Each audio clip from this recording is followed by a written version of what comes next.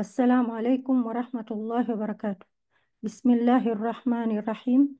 Inna alhamdulillahi nahmiduhu wa nasta'inuhu wa nastaghfiruh wa na'udhu billahi min shururi anfusina wa min sayyiati a'malina. Man yahdihillahu fala mudilla lah wa man yudlil fala hadiya lah. Wa ashhadu an la ilaha illa Allah wahdahu la sharika lah wa ashhadu anna Muhammadan abduhu wa rasuluh. Amma ba'd. Nawakaribisha katika channel hii ya Fadhakir. Ikiwa ndio mara yako ya kwanza katika channel hii, usikose kusubscribe ili zikufikie mwanzo video zote za channel hii. Kama umependezewa, usikose kulike na kushare kwa Waislamu ili wapate kufaidika. Bado tunaendelea kufasiri kitabu cha Mukhtasar Ahkam Siyam ambacho kimeandikwa na Sheikh Khalid bin Ali Al-Mushaygih.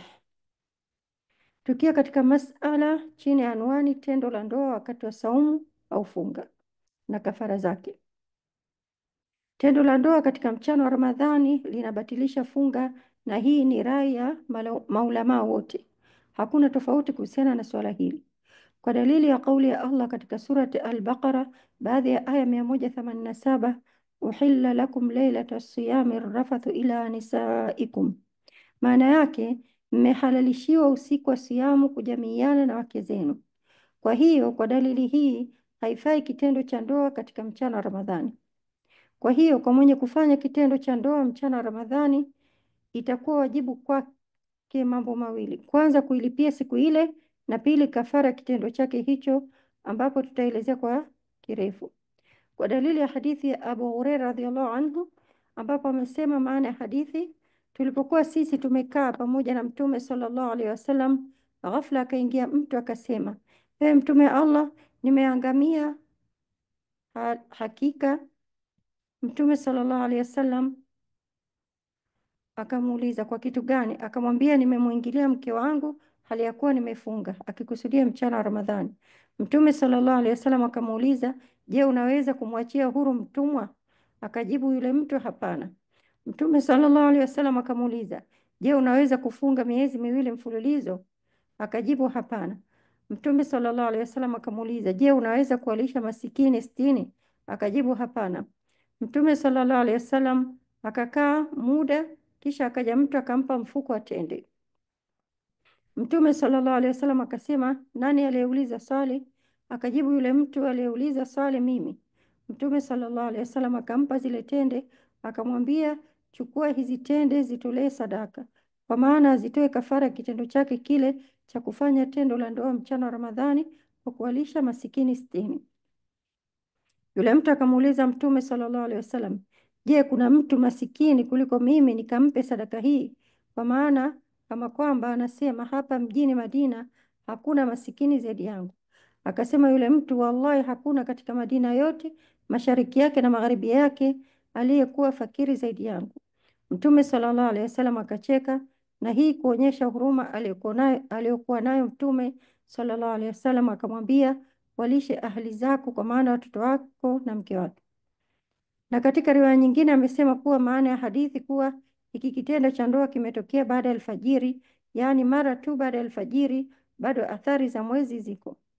Kutokana na hadithi hii tunapata faida ya kuwa inatakiwa kila mume na mke kujijua uwezo wao wa kusubiri. Ikiwa hawawezi kusubiri, bora baada ya alfajiri kutolala karibu, na ikiwa wanaweza kusubiri, wanaweza kulala pamoja, kwani mara nyingi wanandoa hawa wakiambiwa kafara wanasema hawawezi.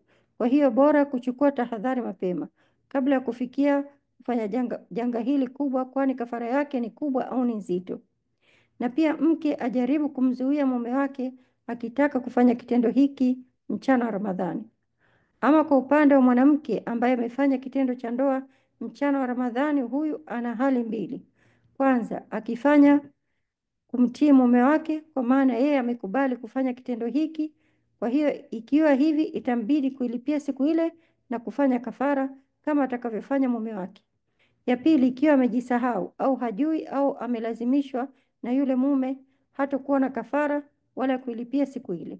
Na hapa tunakusudia kuwa akimshika kwa nguvu, sio kama yule mke akihisi nikikataa mume wangu atakasirika.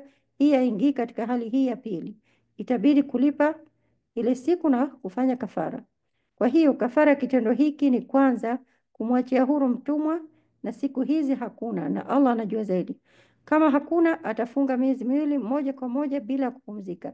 Hatakiwi kukata kabisa. Kwa mfano, akifunga siku 40 kisha akafungulia siku moja, anarudia tena mwanzo, isipokuwa kwa jambo la dharura sana kama nifasi au hedhi au maradhi.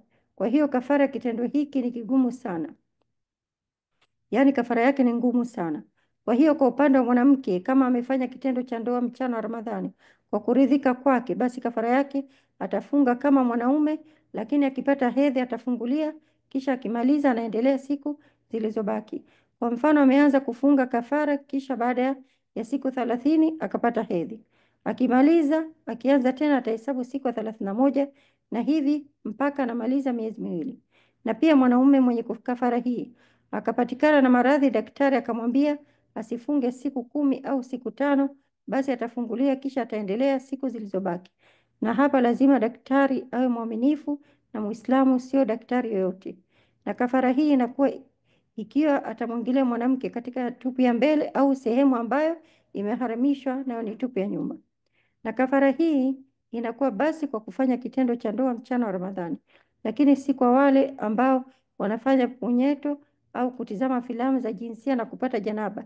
Hao wanalipa tu, hawana kafara, kwa sababu hakuna nusus zilizokuja kwa kafara isipokuwa kwa kufanya kitendo cha ndoa. Lakini vijana wajue kwamba hii ni dhambi kubwa kufanya, na kujaribu kutofanya haya katika mwezi wa Ramadhani makhsus na miezi yote kwa ujumla. Na pia aliyefungulia kwa makusudi, hii ni dhambi kubwa, lakini hana kafara isipokuwa anailipia siku ile pamoja na kutubu kwa kitendo chake hiki. Kwa hiyo kafara ya kufanya kitendo cha ndoa katika mchana wa mwezi wa Ramadhani kwa utaratibu: kwanza, kumwachia huru mtumwa mu'min. Kama hakumpata mtumwa, afunge miezi miwili mfululizo. Ikiwa hakuweza kufunga kutokana na umri wake, yaani mtu mzima sana, au maradhi sugu kama kusafisha figo na yanayofanana na hayo, au ile saumu inamletea maradhi, basi hapa atawalisha maskini 60. Vipi? Yani vipi mtu saumu inamletea madhara yani? Kwa mfano, kuna watu wakifunga wanapata tabu sana katika mwezi wa Ramadhani, kiasi cha kwamba wengine huchukua livu katika mwezi wa Ramadhani ili waweze kufunga, kwani akifunga hawezi kufanya chochote kwa jinsi inavyompa tabu funga. Kwa hiyo huyu atawalisha maskini 60 ikiwa atafanya kitendo cha ndoa mchana wa mwezi wa Ramadhani, kwani akichukua tena livu miezi miwili hatopata mshahara wa kuwalisha watoto wake. Na wapo watu kama hawa wakifunga wanapata tabu sana wakati wafunga zao. Kwa hiyo ni muhimu kwa wanandoa kujitahidi kutofanya kitendo hiki mchana wa Ramadhani, kwani kafara yake ni ngumu. Na ikiwa huyu mtu ni maskini sana, hawezi kuwalisha maskini 60, basi hatohitajika kutoa kafara. Na kafara zote zinaondolewa kwa kushindwa mtu kabisa kutekeleza kafara hizo, kwa kauli ya Allah katika surat At-Taghabun, fattaqullaha mastata'tum, maana yake basi mcheni Allah muwezavyo. Na pia hadithi tuliyozungumzia hapo kabla, ambapo amesema maana ya hadithi: tulipokuwa sisi tumekaa pamoja na Mtume sallallahu alaihi wasallam, ghafla akaingia mtu akasema, ewe Mtume wa Allah, nimeangamia hakika. Mtume sallallahu alaihi wasallam akamuuliza, kwa kitu gani? Akamwambia, nimemwingilia mke wangu hali ya kuwa nimefunga. Mtume sallallahu alaihi wasallam akamuuliza, je, unaweza kumwachia huru mtumwa? Akajibu yule mtu, hapana. Mtume sallallahu alaihi wasallam akamuuliza, je, unaweza kufunga miezi miwili mfululizo? Akajibu hapana. Akamuuliza, je, unaweza kuwalisha maskini 60? Akajibu hapana. Mtume sallallahu alaihi wasallam akakaa muda, kisha akaja mtu akampa mfuko atende. Mtume sallallahu alaihi wasallam akasema, nani aliyeuliza swali? Akajibu yule mtu aliyeuliza swali, mimi. Mtume sallallahu alaihi wasallam akampa zile tende, akamwambia, chukua hizi tende zitolee sadaka, kwa maana azitoe kafara ya kitendo chake kile cha kufanya tendo la ndoa mchana wa Ramadhani. Yule mtu akamuuliza Mtume sallallahu alaihi wasallam, je, kuna mtu maskini kuliko mimi nikampe sadaka hii? Kwa maana kama kwamba anasema hapa mjini Madina hakuna maskini zaidi yangu. Akasema yule mtu, wallahi hakuna katika Madina yote, mashariki yake na magharibi yake, aliyekuwa fakiri zaidi yangu. Mtume sallallahu alaihi wasallam akacheka, na hii kuonyesha huruma aliyokuwa nayo Mtume sallallahu alaihi wasallam. Akamwambia, walishe ahli zako, kwa maana watoto wako na mke wako. Na katika riwaya nyingine amesema kuwa maana ya hadithi kuwa kitendo cha ndoa kimetokea baada ya alfajiri, yaani mara tu baada ya alfajiri, baada ya bado athari za mwezi ziko. Kwa hiyo hii imetoa dalili kuwa kwa ambaye hana uwezo inaondolewa kafara kwake. Kisha akaeleza masala mengine kwa kusema kwa mwenye kufanya kitendo cha ndoa zaidi ya mara moja, huyo yuko katika hali mbili, yaani kufanya kitendo hiki cha ndoa mchana wa mwezi wa Ramadhani. Kwanza, ikiwa atafanya kitendo cha ndoa katika siku mbili tofauti, mchana wa Ramadhani siku mbili tofauti. Kwa mfano, akafanya kitendo cha ndoa siku ya kwanza ya Ramadhani, kisha tarehe ya 19 Ramadhani, mchana wa Ramadhani, huyo anatakiwa kulipa mara mbili, kwani kila siku ibada moja ya saumu ameifisadi kwa kitendo chake hiki. Ya pili, kufanya kitendo cha ndoa zaidi ya mara moja mchana wa Ramadhani kwa siku moja, huyu atafanya kafara moja kwa sababu funga yake ishabatilika kwa kufanya kitendo cha kwanza cha ndoa. Tukichukulia mfano, mke na mume wamejamiiana asubuhi ya mwezi wa Ramadhani na hapo funga yao ishabatilika, kisha dhuhuri ya siku ile ile wakarudia tena, hawa watakuwa na kafara moja, yaani kila mmoja atakuwa na kafara moja, kwani kama tulivyosema saumu yao ilishabatilika katika kitendo cha kwanza. Mwisho tunamalizia kwa kutoa tahadhari tatu muhimu ili kuepukana na haya tuliyoyazungumzia.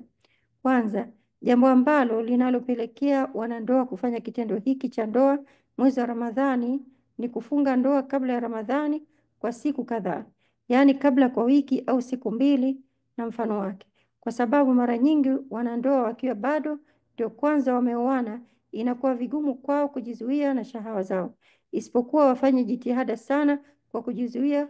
Kwa hiyo ni bora kusubiri mpaka ikaisha Ramadhani na kuoana au kuoana kabla ya Ramadhani kwa muda. Tahadhari ya pili, haitakiwi mmoja miongoni mwa wanandoa kujitoa nafsi yake mchana wa Ramadhani. Allah subhanahu wa ta'ala amesema katika surat Al-Maida baadhi ya aya mbili, wataawunu ala albirri wattaqwa wala taawunu ala alithmi waludwan wattaqullah. Maana yake, nashirikianeni katika wema na takwa na wala msishirikiane katika dhambi na uadui, na mcheni Allah. Yaani kwa mwanamke kujiachia sana katika mavazi yake na yanayofanana na hayo. Jambo la tatu, kujitahadhari na jambo lolote litakalopelekea kufanya kitendo cha ndoa mchana wa mwezi wa Ramadhani, kwa mfano kulala pamoja. Kama hawawezi kujizuia, bora kila mmoja kulala sehemu yake, na yote haya ili kuepukana na kafara hii ngumu kwa wanandoa hao. Nafikiri utakuwa umefaidika na haya. Kama una swali, unaweza kuandika katika comments au katika Gmail iliyoko katika description. Subhanakallahumma bihamdik, ashhadu an la ilaha illa ant, astaghfiruka wa atubu ilaik. Wassalamu alaikum wa rahmatullahi wa barakatuh.